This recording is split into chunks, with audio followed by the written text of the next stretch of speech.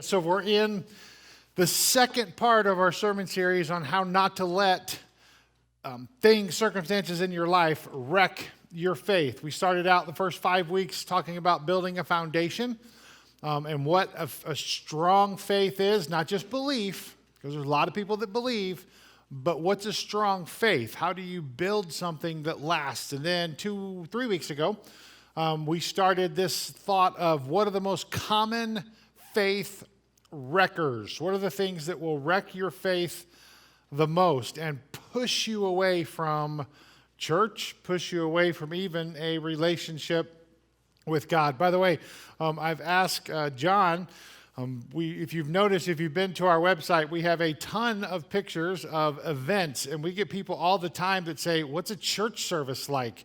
My first thought is, well, watch the video, but I don't reply to that because that's a little snarky online. So I said, could you actually take some pictures of us in church? And I was going to tell you to just ignore him. He'll be walking around doing his thing. But once we dive into the message, the verse that Kathy read, John Crawford will disappear because we're going to get heavy today and talk about our third faith wrecker. This, if I had to rank them in the top four, this would be number one, probably.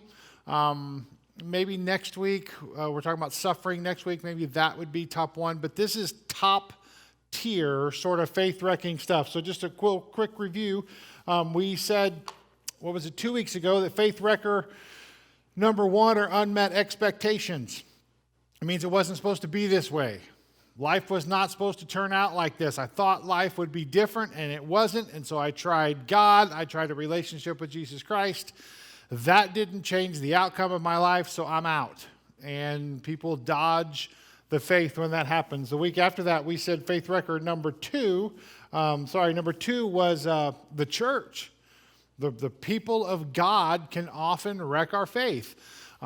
So many comments from people last week of some of the experiences you've had in the past of what's supposed to be holy, even in the eyes of people, can sometimes turn horrific and just destroy our faith. I said several times last week, don't let our mistakes wreck your faith. We are not perfect, but our goal is to point you to the one who is. Now, that's never an excuse to just keep offending, right? We want to continue to be the best that we can. But the church is often a huge faith wrecker. And here's number three. This is what we're going to talk about today. Broken relationships and how to deal with them. I don't know how hard I can press this button. This may be like the last week I do this thing because I just smashed this. It's technology. I'm a technology guy, in case you didn't know that. I'm a technology guy, and I can't figure out this highfalutin stuff. It's reconnecting, wherever my tech people are. All right, it's there, but I can't change anything else, so someone in the back's going to have to click. We go back to this old-fashioned paper stuff, right, because that's the best. Okay, this is it, broken relationships and what to do with them. What do we do with broken relationships? It almost seems silly to say chances are you've experienced broken relationships, but when I say broken relationships, there's probably a person that comes to mind. There's probably someone or several someones that come to mind that you used to have a great relationship with and something broke that along the way. I probably should say at this point, if you're here and you're like, no, I don't have broken relationships with anybody. Everybody loves me. Maybe if I were to ask some other people about you, they'd be like, I just totally got rid of that person because broken relationships can wreck your faith, whether it's a parent, whether it's a spouse, even a child or grandparent, someone you work with, someone that you've been lifelong friends with. Something happens, that relationship breaks, and our faith, for some weird reason, starts to fall apart. You may not remember, but what we said in week number one, before I tell you that, one of the hardest things in church planting that we tell church planters is that people will remember the smell of your bathrooms long after they've forgotten the points of your sermon. So I don't expect you to remember this, but but we said that when you're trying to build a faith and when things wreck your faith, it almost always involves other people. That you could almost pinpoint certain people in your life that played a role in wrecking your faith, that played a role in destroying the things in your faith that become so hard. So we're going to talk about what those are today and why those are important. The other thing, all right, I'm not going to let this thing beat me. Cancel, reconnect. All right. Oh, it says manual connection. Yeah, I got nothing. Sorry, I don't even know. Jesse, that may be you back there clicking. The longer you've been alive, the more you've dealt with this. The longer you have been on this earth, the more difficult your faith has traveled a road because of broken relationships. And what's crazy is when you're young, we're going to talk about students in a little bit, but when you're young, you think that, oh, I've just had so many broken relationships and my life is awful and I used to have friends and now I don't have friends. And you don't ever say this to your kid, if so, you're a bad parent, but you want to look at them and say, honey, you ain't seen nothing yet. Because sometimes relationships just fall apart. Sometimes relationships just destroy themselves and you're left with nothing. And then, if you're even older than that, here's what happens. You don't want to get into a new relationship, and I'm not talking about love type spousal relationships. I'm just talking about friendships or any sort of relationship. You don't want to let people in because you have been wounded so many times that you have closed those walls and you're tired of it. One of my biggest fears in life itself is I don't want to grow up to be a grumpy old man who hates everybody. And I've told my kids time and time again, if you see me making that sort of transition, I knew one of y'all would come here in a minute. Do you need this to fix this, please? I told my kids all the time, I was like, if I ever get to that point, fix me. Tell me about it. And they're like, okay, well, let's have a talk. I'm like, shut up. No, we're not having a talk right now. I don't tell my kids. Yes, I do tell my kids to shut up. Because you close those walls because you're just tired of it. Man, every time I get into a close relationship, something happens. Now, what ends up happening in life in your broken relationships, I can't ever say that they're not going to happen. But what we find in God's Word is we find something amazing that happens on how to deal with those broken relationships. What are you supposed to do? What am I supposed to do with the relationships that have been broken? Because we'll use this a couple times throughout our thing today, but everyone has, like this proverbial backpack that we carry around with us in life. You may have seen illustrations similar to this. And we have little relationships when we grow up that break, and we don't want to forgive them because it's not right to forgive them because they don't deserve that. And so we carry those around with us. And then the more you go, you have friends, and then you come into a workplace and someone cheated on something and they got the promotion when you should have gotten the promotion. Some of you have from the past, what your parents did or what dad did was awful. And you had to stand alongside and watch it literally destroy your mom, destroy your family. And at your age, there was nothing you could do about it. You just had to live with it and watch this destruction take place. Then dad finally leaves. Not only was the broken relationship enough and what he did to you bad enough, but then he just walks out and leaves you unforgiving and leaves you with this problem that you deal with. What happens is as you go through life, you end up in a situation where now in every single relationship that you deal with, you bring, goodness gracious, I should have used less rocks. You bring this with you.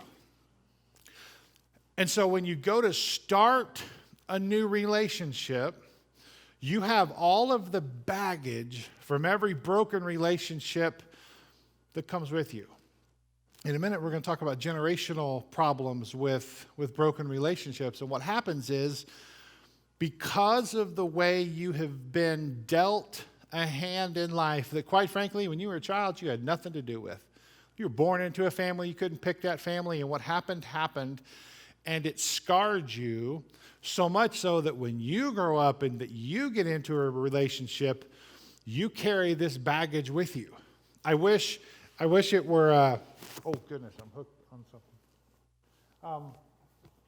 You get to a point where I want to do this in marriage counseling so bad, and say, if it were this simple, let's open this up and find out what's the baggage that you're already carrying with you.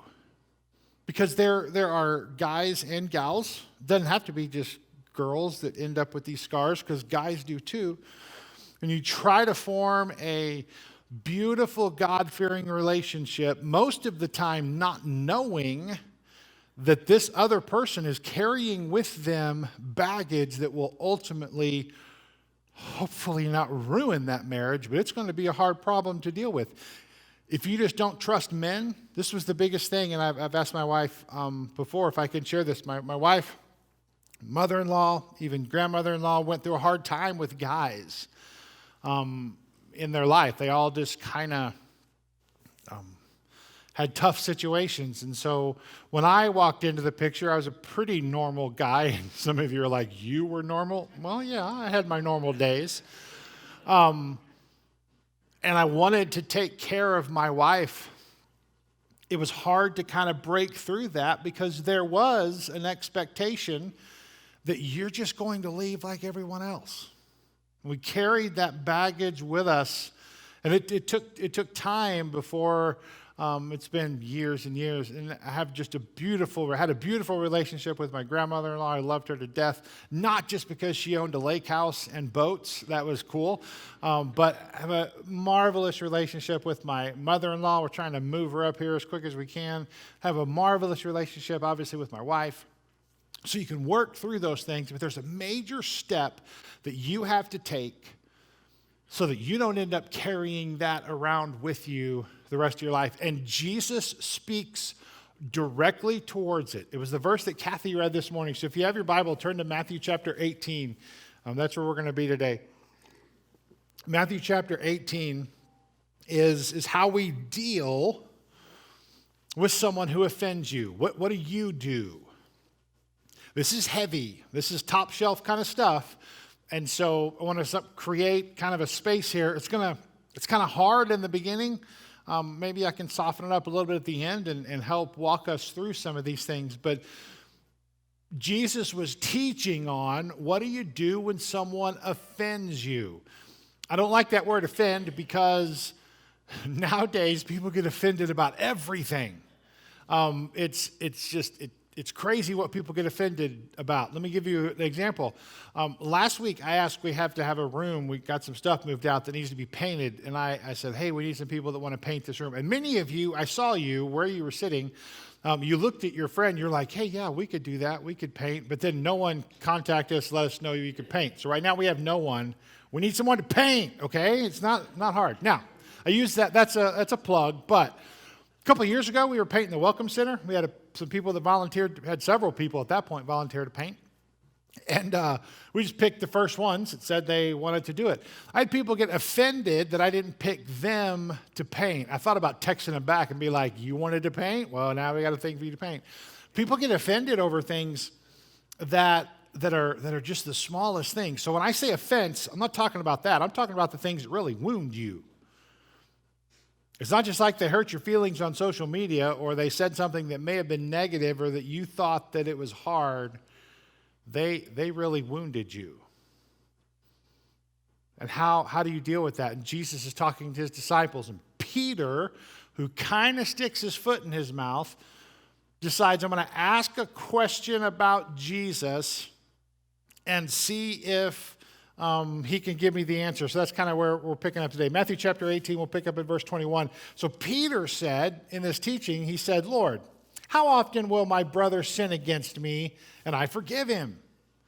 So Peter's question is, how often do I have to do this? Do I do it one time? How about this, Jesus? How about I just forgive him 7 times? And I wonder when he said that if didn't look at the other guys and they're like, 7 times, that's ridiculous.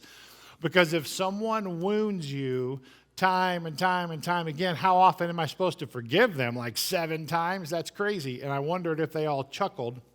And then Jesus' response in verse 22, Jesus said to him, I do not say to you 7 times, to which they were all probably like, okay, good, because that would have been ridiculous.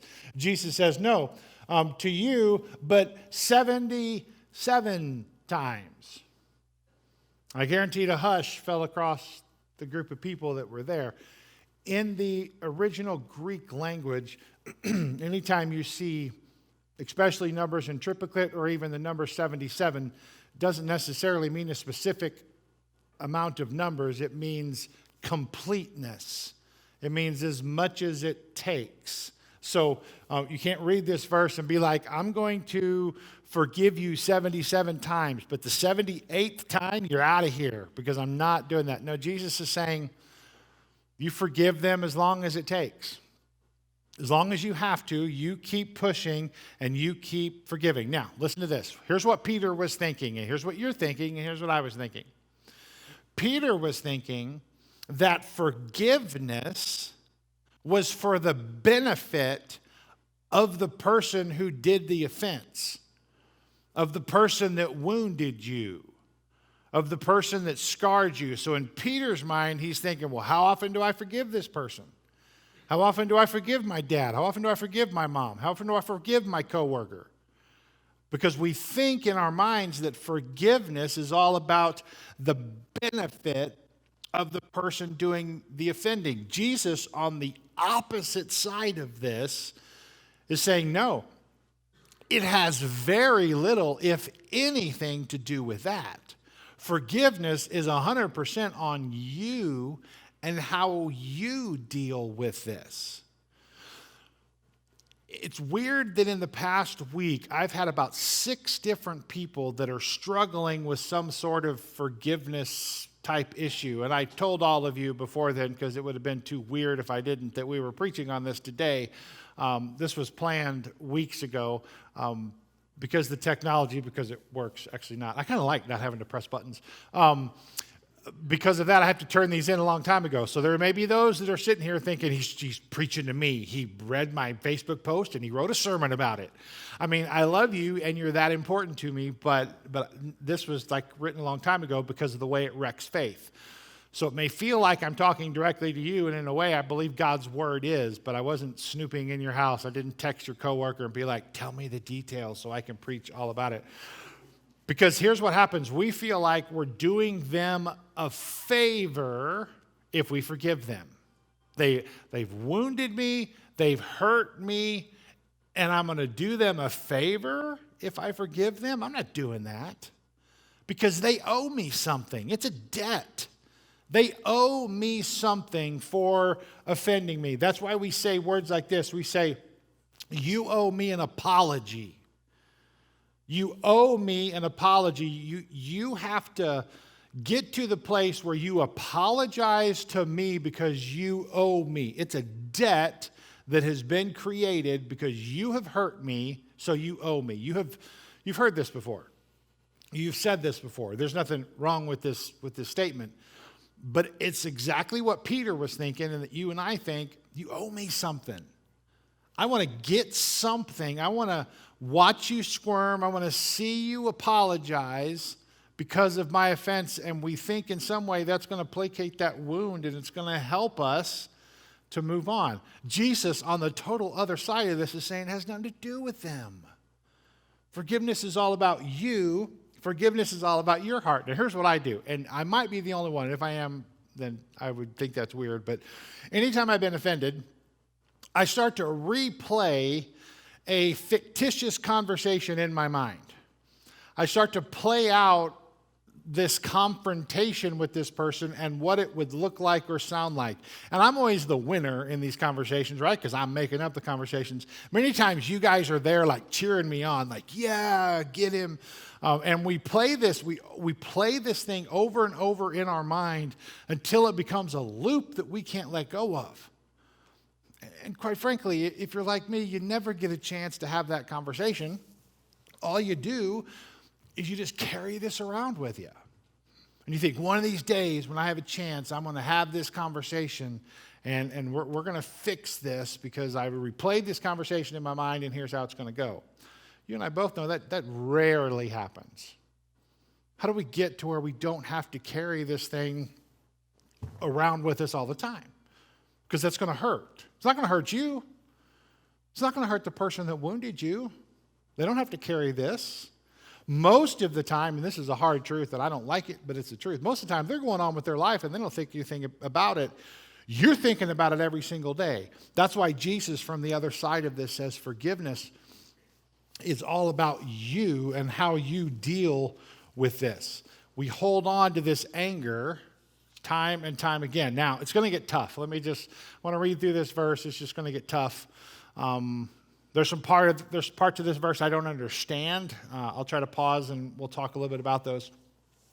But here's what Jesus says. Jesus creates a parable, meaning he makes up a story to prove a point. So he kind of makes up this story of, let's just suppose this happens. Matthew chapter 18, verse 23. Jesus starts this parable and he says, therefore, the kingdom of heaven may be compared to a king who wished to settle accounts with his servants. Verse 24, when he began to settle, one was brought to him, and I think here's what Jesus did. I think he said, one was brought to him who owed him, 10,000 talents. And everyone around was like, oh, yeah, right. Because in that day, that'd be like saying, Ed Schock owes me $10 million. And all of you would be like, oh, yeah, you had luck. Why would you give Ed Schock money? And I'd be like, I don't know. I like Carolyn, so I figured Ed would be good too, but he's not, and so he's never going to give me that money back. This amount of money, no one was thinking could be paid back. This is an obscene amount of money. I think Jesus does this for a very specific purpose. Verse 25, and since he could not pay his master, he ordered him to be sold with his wife and his children and all that he had, and a payment made. So the master basically says, I'm going to cut my losses. I'm not getting the money back from this cat. I'm going to cut my losses and be done. We're going to sell them. Right? When we read that, we're like, okay, we can't even fathom that. I'm going to sell them. I'm going to sell the wife. I'm going to sell his kids. And I'm just going to cut my losses and be done with it. Then, verse 26, the servant obviously is freaking out. Here's what the servant said. So the servant fell on his knees, imploring him, have patience with me, and I will pay you everything. To which I think the audience that was listening to the story went, no, you won't. You're not going to be able to pay that kind of money. It wasn't like in the first century they had Bitcoin where you could get lucky for a little bit and make a ton of money, or you'd be viral YouTube sensation and make some money. This wasn't going to happen. There was no way to pay this guy back. Verse 27, and out of pity for him, the master of that servant released him and forgave the debt. So the master basically said, you're forgiven. No payment arrangement, right? My first thought was, well, did you not set up a payment arrangement with a balloon at the end and all? No, just canceled the debt. Just said, you know what? Never mind.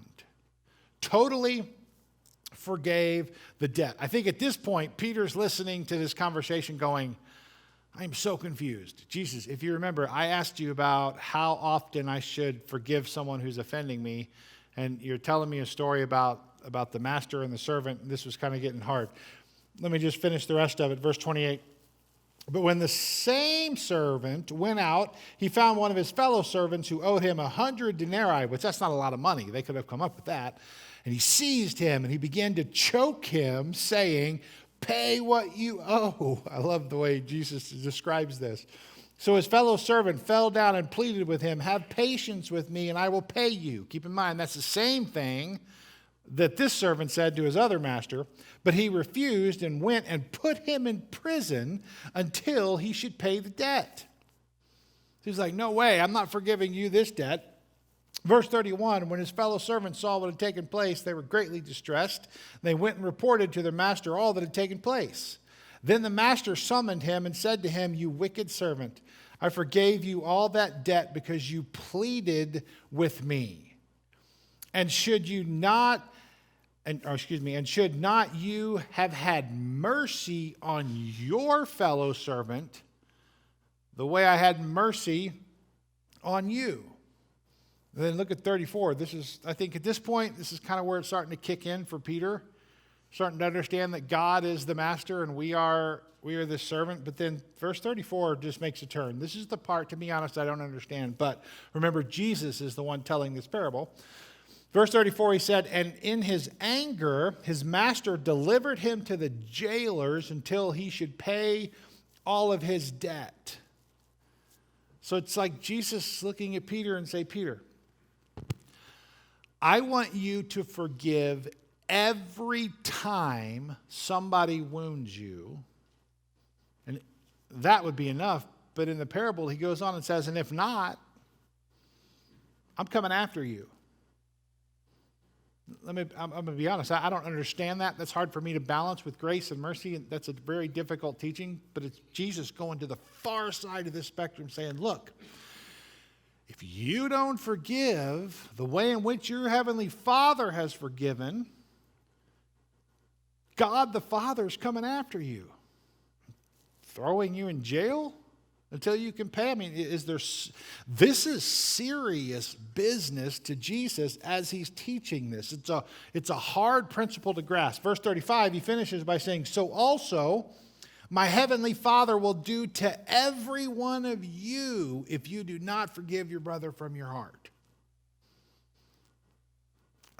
I just wonder if Peter was like, "Yeah, I'm sorry for asking, right? I didn't really want to know all this." This is one of there's like 3 or 4 verses in my mind that are one of the hardest verses to teach on in the Bible. This is one of them because it's Jesus saying, 1, you have to forgive, but 2, if you don't forgive, God's coming after you. When I say that, it doesn't sound right, does it? I paused there for a minute because I'm like, no, I'm not going to say that. Don't get mad at me. Take it on with the Word of God. This is the parable that Jesus himself is using to try to describe forgiveness of someone who offended you is absolutely not an option.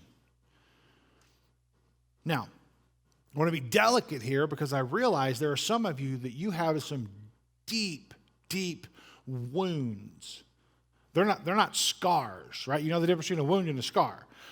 A wound is open and actively causing a problem. A scar is something that has been healed over. There are some of you that have scars and you've moved on from those. You'll never forget those scars. We don't have the ability to forget when someone wounds us, but most of the time, most of what we carry around with us are wounds. And if you have a wound versus a scar, how you react is different. I have a scar when I squint in my forehead when I was in high school. I used to live in Florida, and a surfboard hit me in the head, and I'm bleeding all over the place. And for a while, it was a wound that anytime water touched it or anytime anything touched it, I cringed because it hurt. But now I don't even know it's there. I hadn't thought about it since years ago because it's a literal scar now that has been healed over. Most of us are walking around with open, sometimes festering wounds from something that happened years ago, and every time someone touches it or a memory comes up, psychologically, when we get tired, when we get stressed, for whatever reason, it's like someone poking that wound, and we pick it up all over again. And it happens at the craziest times. It happens at times where it shouldn't, where you're thinking, I haven't thought about this thing in so long, and all of a sudden it comes back. Yeah, because that's a wound and not a scar. You haven't done what Jesus says about letting this go, because here's what Jesus knew. If you're taking notes, you can write this down. Your Heavenly Father knew this one real important truth, that harboring unforgiveness will destroy you. Not them. We don't really care about them at this point. But harboring unforgiveness will destroy you. This is where I would say it would wreck your faith. But let's just take faith out of the equation for a second. Let's just talk about your well-being.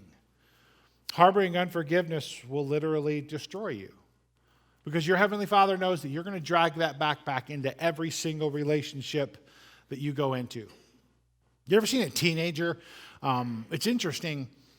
Like, my wife is a kindergarten teacher, and the difference in ages, there are some events with teenagers where they act out in something. And psychologists would say many times it's being driven by something else a little bit deeper. You especially see it in younger children. Kindergartners, I don't know what age this kind of transitions, but even in younger children, and they're just acting out, not because they're mad because they didn't get the right animal cracker in school. They're mad because of what happened at home. They don't know how to process it, and so they act out. We see kids and teenagers do this all the time. Same thing happens in marriages. Can't tell you how many marriage counseling situations I've been in where the husband and wife are just at odds with each other, and they just can never seem to get it right. And you start asking the right questions and digging a little bit deeper, and you find out that what happened really has nothing to do with them too. It's something deeper, sometimes in both of them, that have left these open wounds that anytime anybody touches it, it flares up, they go off, they drag this backpack in, and it begins to destroy the relationship. Your Heavenly Father knows this. Your Heavenly Father knows that harboring unforgiveness will absolutely destroy you. Jesus knows it'll crush you. But you know what else? If you look at where this is written in Matthew chapter 18, Jesus also knew what was going to happen in just a short amount of time. In just a few days, maybe a week, Jesus would go to the cross to be crucified for sins that he didn't commit. This is mind-blowing when you look at the timeline of the book of Matthew, that Jesus is teaching this parable just a short while before he's going to go to the cross and have to experience the same thing. And what does Jesus say on the cross? He says, Father, forgive them because they don't know what they're doing. Because Jesus knew you harbor this unforgiveness, it's going to destroy you. You harbor these things in your heart, and it will ruin not only your faith, it'll ruin your life. Jesus is going to the cross knowing he's going to die for your sins and my sins, knowing that you would mess up again. Romans 5:8, even while we were still sinners, Christ died for us. He knew that you would make promises that you couldn't keep. Jesus, if you do this one thing and make this one thing happen, I promise I'll give all this money, or I'll pray every day, or I'll read my Bible every day. 2 days, it works great. And the third day, you forget all about it. Jesus knew you would do that. Jesus knew we would fall into sin over and over, that we said we would change, but then we go back to it. How about this one? Jesus knew that you would spend his money, the money that he gave you, to watch things online that were sin that his son had to die for. Jesus knew you would do this, but he went to the cross anyway. That's what makes the cross itself so incredibly powerful. He knew that you would fail, that I would fail, but he forgave us anyway. That just gives this parable even more ground to stand on. Besides the fact that the creator of the universe is telling it, he's going to act it out. He's going to play it out. Because here's another truth. At Calvary, we lost our right to forgive or to refuse to forgive anyone. You did. Now, I don't say that very timidly, because I know some of your wounds are deep. This is what's really crazy in preaching on this, because in this room there are those who've been wounded by something, And if you were to share it with someone else, they would say, sweetheart, that's not a wound. That's just an offense. You need to build a bridge and get over that. Because they would tell you a story of, when I was 8, this happened. It changed my life forever. It changed how I view men. It changed how I view relationships, both intimately and spiritually. It destroyed me, and I can't forget it. I can remember the smells. I can remember the room. I can remember where everyone was. I can remember even the picture that's hanging on the wall. I could paint you an exact representation of what happened that day or that year or that time in my life. I can't forget it. But at the cross, what becomes so significant is you lose the right not to forgive them. Not them. Remember, time out. This is not about them. This is about you. Should justice fall on them? If they sinned against God, if they sinned against the laws of the land, should justice fall on them? Absolutely so. But you can't cast that judgment.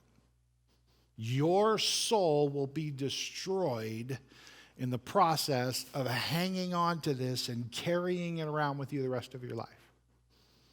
So Jesus says you don't have an option. You have to forgive. Why? Because God showed mercy to you, right? And so we show mercy to other people. Here's what's crazy. When someone wounds you, we put ourselves on a higher pedestal and think that we're better than they are because they offended us. And that very well may be true. You may be a better person than this person is, but the foot of the cross is level. Jesus doesn't see you any different than he sees a pedophile. Jesus doesn't see Mother Teresa any different than he sees an Islamic extremist. The foot of the cross is level for everyone because Romans 3:23, for all have sinned. So therefore, the mercy that God gives is equal for everyone. But me, I don't want that. I want mercy for me, but I want justice for you if you offend me. Because I think I'm on a higher plane than you, and you've offended me, and you've wounded me. So instead of forgiving, I'm going to replay these thoughts of you getting justice in your mind. You turn that table around, well, Greg, what about you and what you did with God and how many times you made promises? I'm like, well, but God's mercy and his grace, right? Because I don't play it on the same field. Jesus is saying, no, the foot of the cross is level. Everyone is on the same field. And to keep you from being destroyed in your life, you have to forgive it. Because at the cross, Jesus did both, right?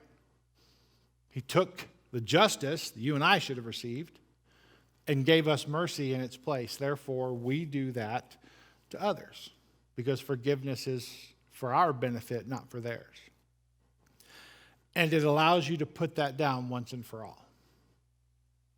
It allows you to finally begin to empty those things that you have been carrying with you in every relationship and move on from them. Now, let me give you three things. I want to leave you with three kind of specific things that you can do that I think will help us to learn how to forgive people. And then I want to kind of put an exclamation point on the end about how to move on in the future. But here's the first one.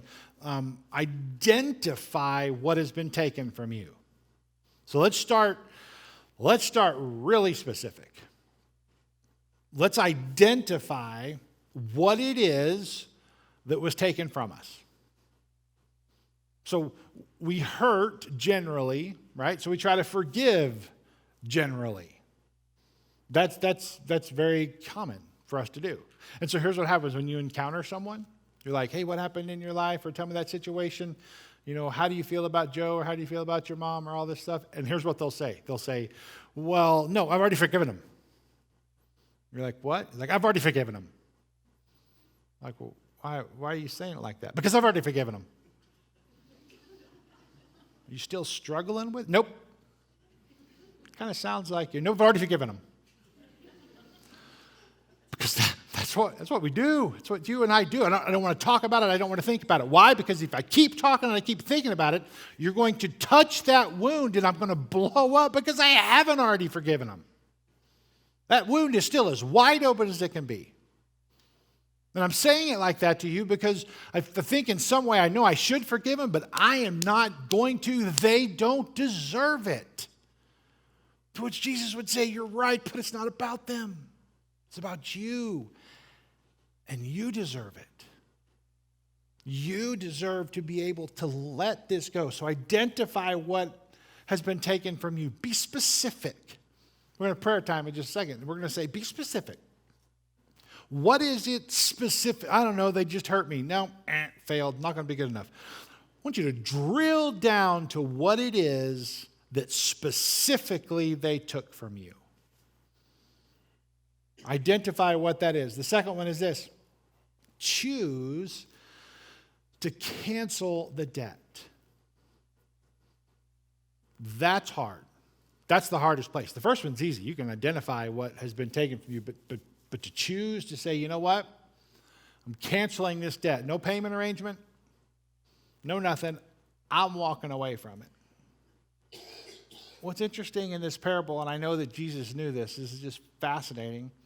In the same way he knew that the servant couldn't pay back the master, that person that wounded you, they can't pay you back anyway. What are they going to do? Let's go to the extreme. You were wounded as a child. You've carried that with you your whole entire life. You were wounded as a teenager or as an adult. Doesn't matter. You were wounded by someone specific. You can identify what they did. You can identify how it wounds them. Let's just say, worst case scenario, you could form a group that would actually crucify to the death this person in the public square in front of everyone else to see. And everyone in the whole room would turn around and say, yep, you were right. This person was wrong and he's being crucified for it. Right? And in that moment, you'd be like, finally. Till it was over, you went to bed that night, you still have the wound. Ultimate justice poured out on this person, got the worst possible death that you could imagine, but you're still carrying this with you. You're still carrying with you into every relationship those wounds, because the second part, which is the most important, you have to choose to say, I'm done with it. I am walking away from it. I know it's not right. I know it's not what they deserve, but for my own well-being, I am choosing to walk away. And here's what happens. Satan will try to poke at that wound every chance he gets, because wounds take time to heal. You're not going to say, I've identified what it is, I've chosen to cancel the debt, whew, that was easy, I'm done. Nope, it's going to take some time. And Satan's going to poke at that, and he's going to prod at that, because those wounds take time, but you've decided, I've chosen to cancel the debt, and I'm going to continue to cancel that debt. Every time that thought comes to my mind, nope, done, I've canceled it. Yeah, but nope. But it's just not fair that no. Remember, this is about you, not them. That we cancel, we choose to let that go and to make a confession that say he or she doesn't owe me any longer. Do I wish that it never happened? Of course. Would I do it differently if I had the chance? Absolutely. But I got to move on. And then you begin to take the weight out of what you have been carrying with you so long. Remember, make sure you hear this part. It's a process. And I would encourage, this is so hard, I wish some of you were. If you weren't here for the first 5 weeks of our sermon series, I would caution you to go down this to-do list until you have that foundation first. Because your faith's going to have to be strong when you do this. It's easy to identify how they wounded you. It's going to be hard. You're going to need a foundation of faith that helps you put a basis on choosing to forgive, not just once, but every time that thought comes back in your mind. Nope, that debt's gone. That debt is paid off. And here, number 3, refuse to hold the debt against them. You have to decide not to pick it back up. That debt's canceled. That debt is finished. And I'm not going to pick it back up again. But here's what's crazy. Those memories, they're still going to be painful. And what will happen is someone else will share a story with you about something, and you'll find it kind of similar, and you will have a decision. Do I go back into this hurt? Or because I've released this debt, do I forgive it? Do I move on? Do I not carry it with me any longer? Here's what I said in the beginning. One thing that's crazy is unforgiveness is one of the only, and if you can think of some more, I'd love to hear them, one of the only cross-generational issues. So in our example, let's just say that a parent wounded you when you were a child. You brought that into your marriage relationship.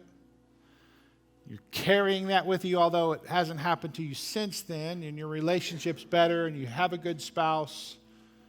But then the kids will say something, and you'll say something snarky back to them about one of your spouses because you're still carrying that with you. And then you know what your kids do? Your kids are like, well, that's just the way spouses are to each other. And so when they get married, they just were snarky back to each other because that's how they were raised, and that's how it has to be until the marriage finally splits up. You go your separate ways because the two didn't get along? No, it has nothing to do with that. It was because we couldn't let go of a deep, dark wound that happened years ago.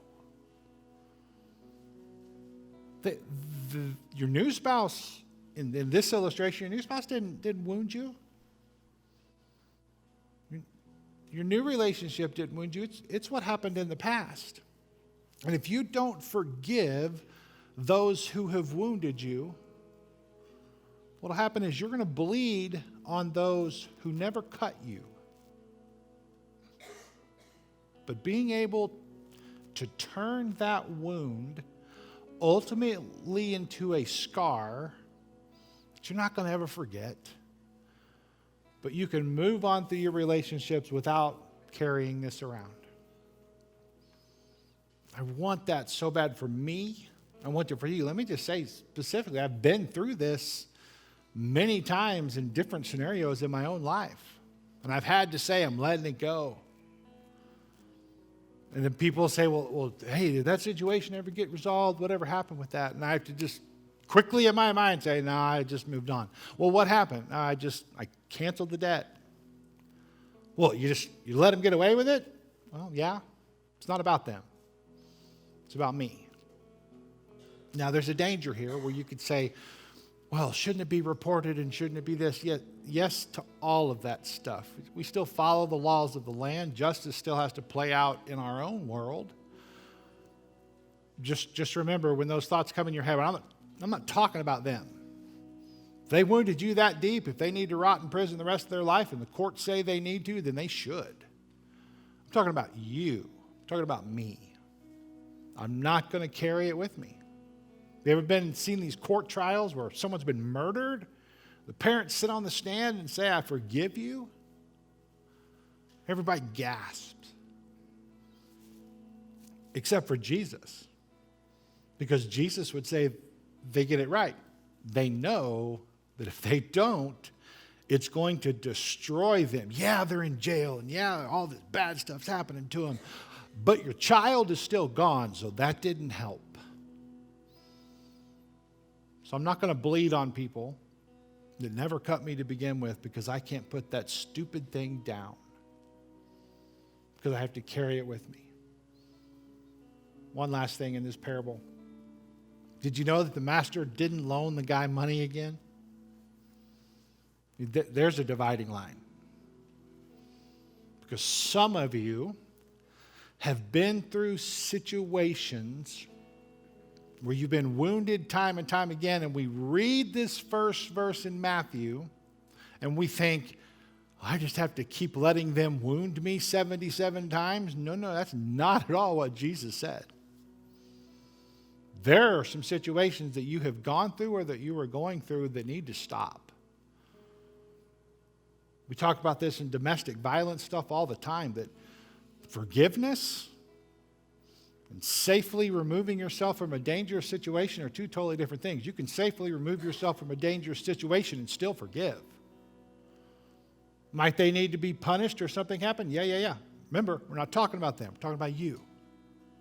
So the master would never loan the guy money again. You don't have to go back into situations where you're going to continue to be wounded again. We call that foolishness. But when you're in the moment, it's so hard. And we think about this time and time again with marital relationships. If you're in one of those, go find someone that you know, love, and trust and ask them, am I in a situation where I'm just letting this play on and I won't do anything about it? Because please, please, please listen. You can't see clearly. Your emotions are way too strong. For the old adage, you can't see the forest because of the trees, that's you. You need to find someone who's outside of the forest and say, hey, is what I'm dealing with normal? Should I do this? Should I do that? If they're following Jesus Christ, if there's someone that you know, love, and admire, then use them to help you walk through this. I don't want you to leave here thinking I'm an advocate for you continuing to get wounded over and over and over again. I think what Jesus is specifically saying is if the offense has already happened, you forgive it. You let it go. I want you to bow your head and close your eyes. I want to lead you through a pretty specific prayer time this morning. We'll take just a minute to do this.